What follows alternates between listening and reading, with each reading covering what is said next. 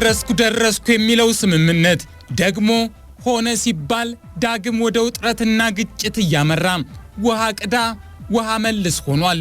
ኢራንና አሜሪካ የመግባቢያ ስምምነት ከፈረሙ በኋላ ዳግም ግጭቶች አገርሽተው ታይተዋል። ስምምነቶች መሬት ሳይረግጡ ፊርማዎች ሳይደርቁ ወደ ነበረበት የሚመለስ ጦርነት ሆኗል።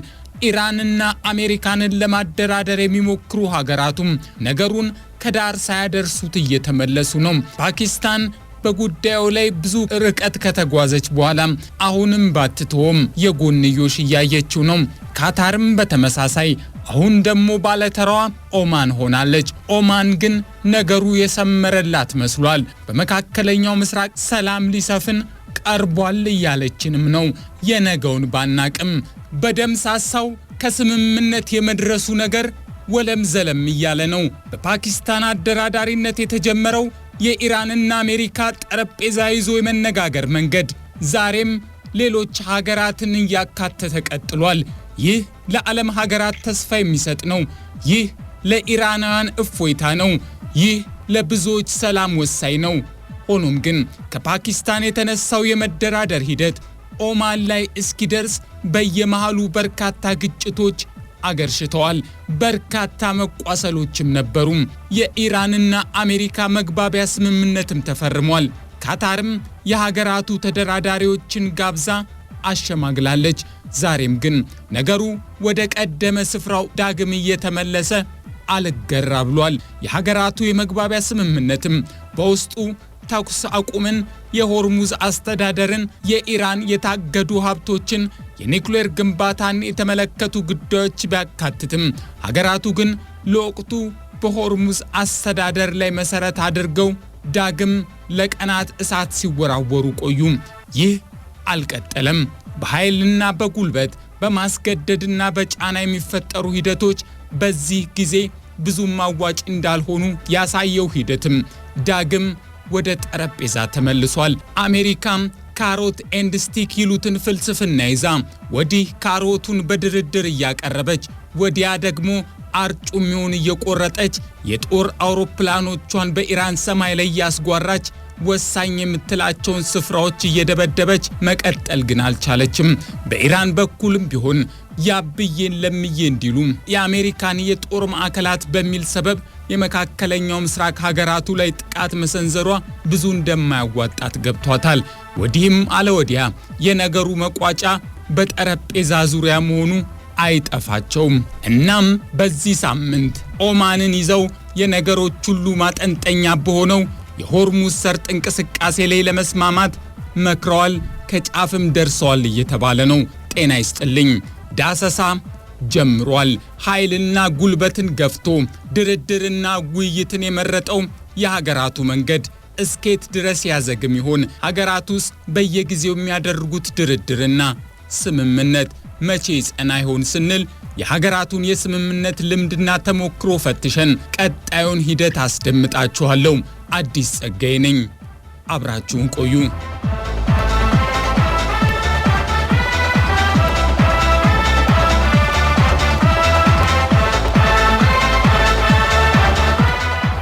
አልጀዚራ ፓኪስታን እንዴት የነዚህ ሀገራት ድርድር ቁልፍ ሆነች ሲል ባስነበበው ዘለግ ያለ ሀተታ ላይ በፈረንጆቹ ሚያዝያ ወር 2026 የኢራንና አሜሪካ ተደራዳሪዎች ኢስላማባድ ሲገቡ ከ1979 ወዲህ የመጀመሪያው ነበር። ውይይታቸው በጥቂት ቀናት ውስጥ ያለ ስኬት ቢጠናቀቅም ለንግግር ግን አይን ከፋች ነበር።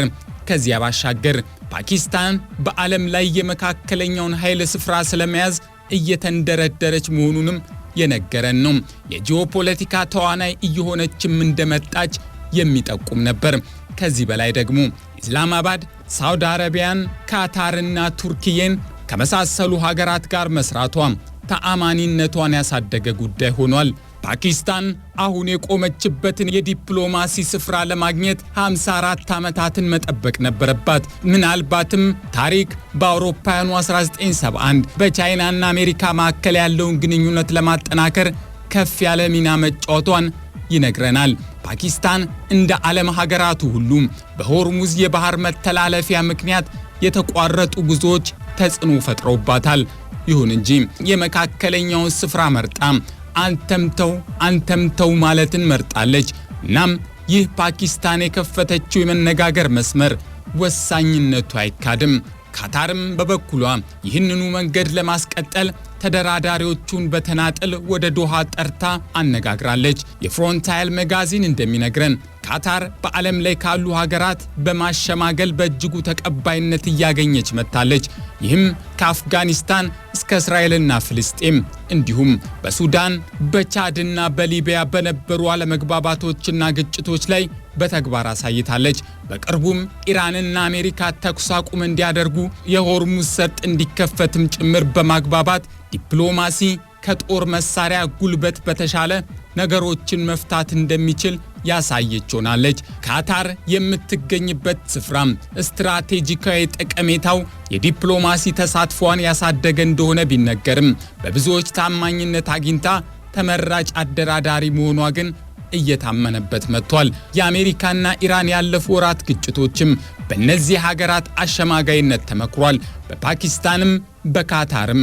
ይሁን እንጂ በጊዜው የሰከነ የሚመስለው ጦርነት ግን እያደር ሲያገረሽበት ታይቷል። አሁን ደግሞ ባለፉት ወራት ለሆርሙዝ የባህር መተላለፊያ እፎይታ ሆና የቆየችው የባህር መስመሩን መተላለፊያም የምትጋራው ኦማን ሆርሙዝን የሰላም አየር ለማስተንፈስ ሀገራቱም በሰላም የሚጨባበጡበትን ጥረት እያደረገች እየሰመረላትም ይመስላል።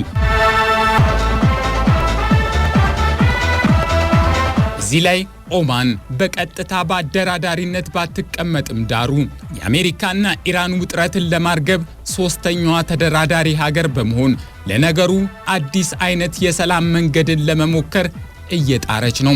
የስምምነቱ ረቂቅ ለሳምንታት ንግግር ሲደረግበት ቆይቷል።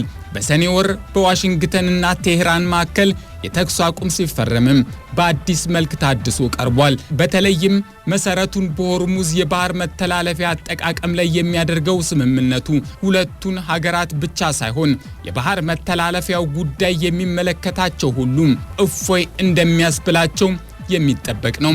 የአሜሪካው ፕሬዝዳንት ዶናልድ ትራምፕ በዚህ ሳምንት ሰርጡ በቅርቡ ሙሉ በሙሉ ይከፈታል፣ የስምምነቱ ሂደትም ጥሩ መንገድ ላይ ነው ሲሉ ተደምጠዋል። በጥሩ ሂደት ላይ ነው። የስምምነቱ ሂደት በጥሩ ሁኔታ ላይ ይገኛል። ከትናንትናው ዛሬ የተሻለ በርካታ መልካም ነገሮች አሉ። በኢራን በኩልም ከአሜሪካ ተደራዳሪዎቹ ጋር በቀጥታ ለመነጋገር ባይፈልጉም እንኳን ከኦማን ጋር በሆርሙዝ ሰርጥ አስተዳደርና እንቅስቃሴ ላይ እየመከረን ነው ማለታቸው በእጅ አዙርም ቢሆን የሀገራቱ ድርድርና ስምምነት ሊደረግ እንደሚችል አመላካች ነው። የኢራኑ ውጭ ጉዳይ ሚኒስትር ኢስማኤል ባጋይም ከኦማን ጋር የሚደረገው ንግግር አዎንታዊ መልክ ያለው ነው ብለውታል። እየተነጋገርን ያለነው ከኦማን ጋር ነው።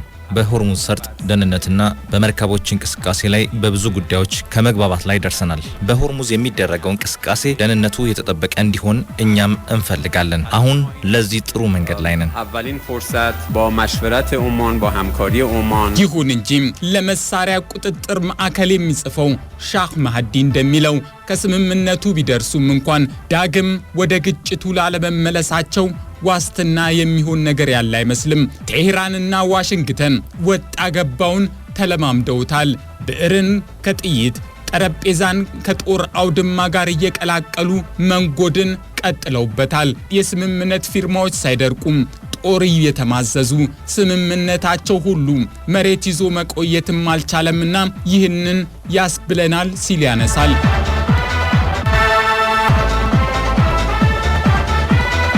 ታሪክ ሁለቱም ሀገራት አዎንታዊም አሉታዊም የስምምነት ታሪክ እንዳላቸው ይነግረናል። አሜሪካም በ18ኛው ክፍለ ዘመን አንስቶ ከፈረንሳይ ጋር፣ በ19ኛው ደግሞ ከታላቋ ብሪታንያ ጋር ያደረገቻቸው ስምምነቶች ምዕተ ዓመታትን ተሻግረዋል። ከስፔን ጋር በ1819 የፈረመችው የአዳምስ አኒስ ስምምነትም እንዲሁ እንደተከበረ ነው።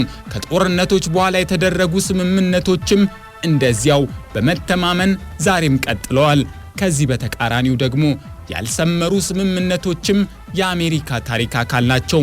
ኢራንም ብትሆን ከ17ኛው ክፍለ ዘመን ጀምሮ ከሀገራትና ከግዛት አስተዳዳሪዎች ጋር የተለያዩ ስምምነቶችን ፈርማለች። ከ1813ቱ የጉሊስታን ስምምነት እስከ 1957ቱ አዳምስ ፎር ፒስ ስምምነት ድረስ ከዚያም ቀጥሎ የተደረጉ ስምምነቶች ላይ ለስምምነቱ ታማኝ ሆና ቀጥላለች።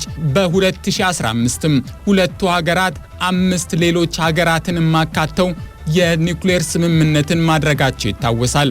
አሜሪካ፣ ብሪታንያ፣ ፈረንሳይ፣ ሩሲያ፣ ቻይናና ጀርመንን የያዘው ቡድን በኢራን የዩራኒየም ማበልጸግ ሂደት ላይ የተፈራረመው የኢራኑ የኒውክሌር ስምምነት በገደምዳሜውም ቀጥሎ የነበረ ቢሆንም ፕሬዝዳንት ዶናልድ ትራምፕ በ2018 ከዚህ ስምምነት ማዕቀፍ ከወጡ በኋላ ነገሮች ፊት ለፊት አፍጠው መጥተዋል። በፖለቲካ ጉዳዮች ላይ የሚጽፈው የፕሮኪርመንት ታክቲክ ድረገጽ በዓለም ላይ የሚደረጉ ስምምነቶች በፍጥነት ለምን ይቀለበሳሉ ሲል ባስነበበው ጽሑፍ ላይ ጥቂት ነጥቦችን ያነሳል። የመጀመሪያው በዓለም አቀፍ ንግድ ላይ ተጽዕኖ የሚኖረው ከሆነ ነው ይላል። ይህም በስምምነቱ ላይ ገንዘብና ገንዘብ ነክ ጉዳዮች የሚኖሩ ከሆነ፣ ጥቅምና ጥቅም መሰል ጉዳዮችም የሚሸፍኑት ከሆነ ስምምነቶቹን ከጥቅሙ ማስቀደም ሲሳናቸው በጥቅሙ ላይ ጨክኖ ሰላምና መግባባትን ከማስፈን ይልቅ ጥቅምና ፍላጎቱን ብቻ ሽቶ ስምምነቱንና ሰላምን ማደፍረስ ይፈጠራል ይላል። ልብ በሉ፣ የሆርሙዝ ጉዳይ የዓለም ኢኮኖሚ፣ የዓለም ቢዝነስ፣ የኃያልነትና የተቆጣጣሪነትም ጉዳይ ነው። ሌላው ያልተነገሩ ሕጎችና የስምምነት ሐሳቦች የስምምነቱ አፍራሽ ይሆናሉ።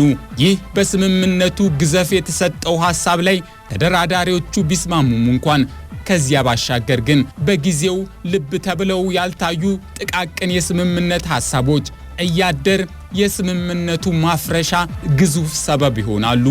ሌላው ደግሞ ስምምነትን እንደ ስትራቴጂ መጠቀም ነው ይለዋል። ስምምነትና የድርድር ሂደቶችን ጊዜ ለመግዛት፣ ትንፋሽን ለመሳብ ወይም ስምምነቱ ለአንዳች ጊዜያዊ ጥቅም ብቻ መጠቀም ነው ሲል ያነሳል። በድርድሩ ሂደት ስምምነቶቹ እንደሚፈርሱ እያወቁ በአንዳች ምክንያት ብቻ እንዲፈረም ማድረግና በተቻለ ጊዜ ደግሞ ዳግም ወደ ግጭት መግባት እየሆነ ያለው ነው። እነዚህ ምክንያቶች ደግሞ በአንድም ሆነ በሌላ ምክንያት በአሁኑ የኢራንና አሜሪካ ወለም ዘለም በሚለው ስምምነት መካከል አሉ።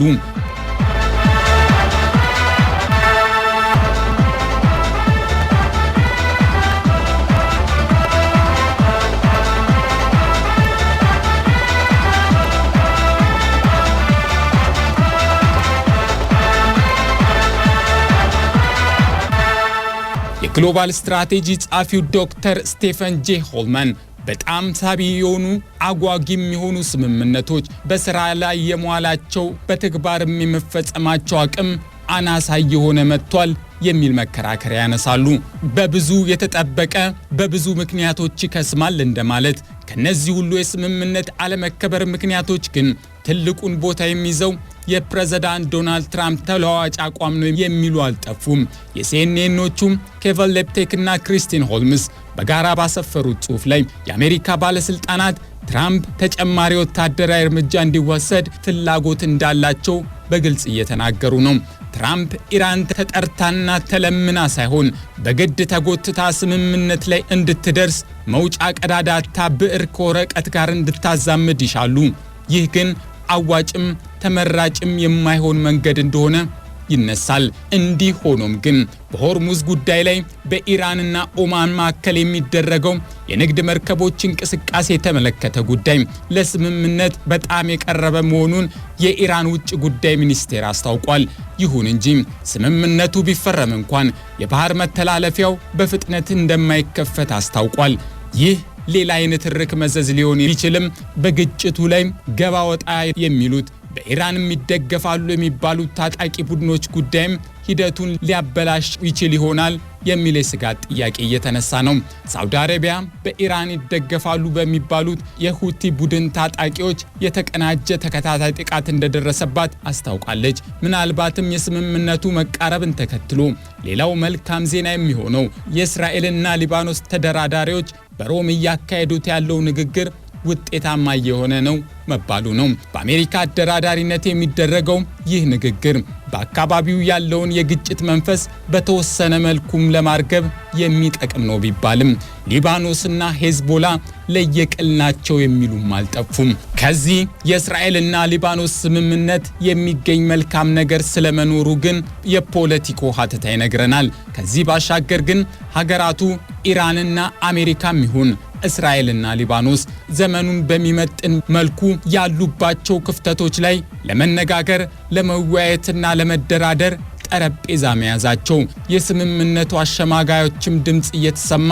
ተጽዕኗቸውም ከፍ እያለ መሄዱ ለሁሉም ዓለማችን ክፍል ማሳያ ሊሆን የሚችል ነው ሲል ያነሳል።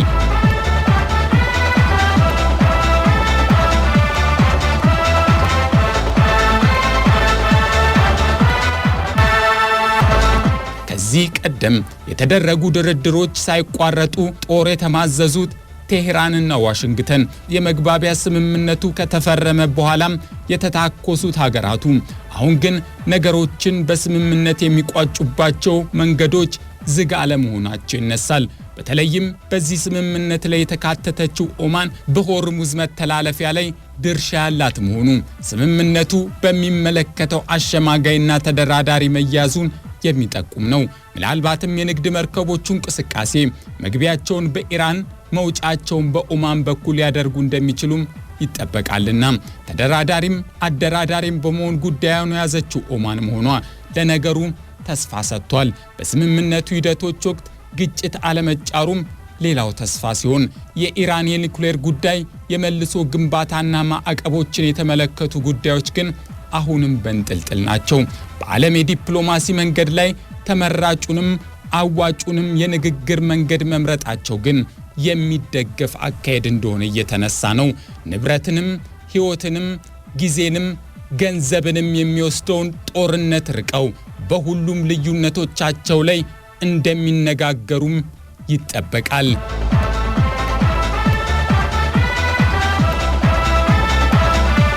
የዛሬው ዳሰሳችን በዚህ ያበቃል። እስከ ሳምንት፣ መልካም ሳምንት።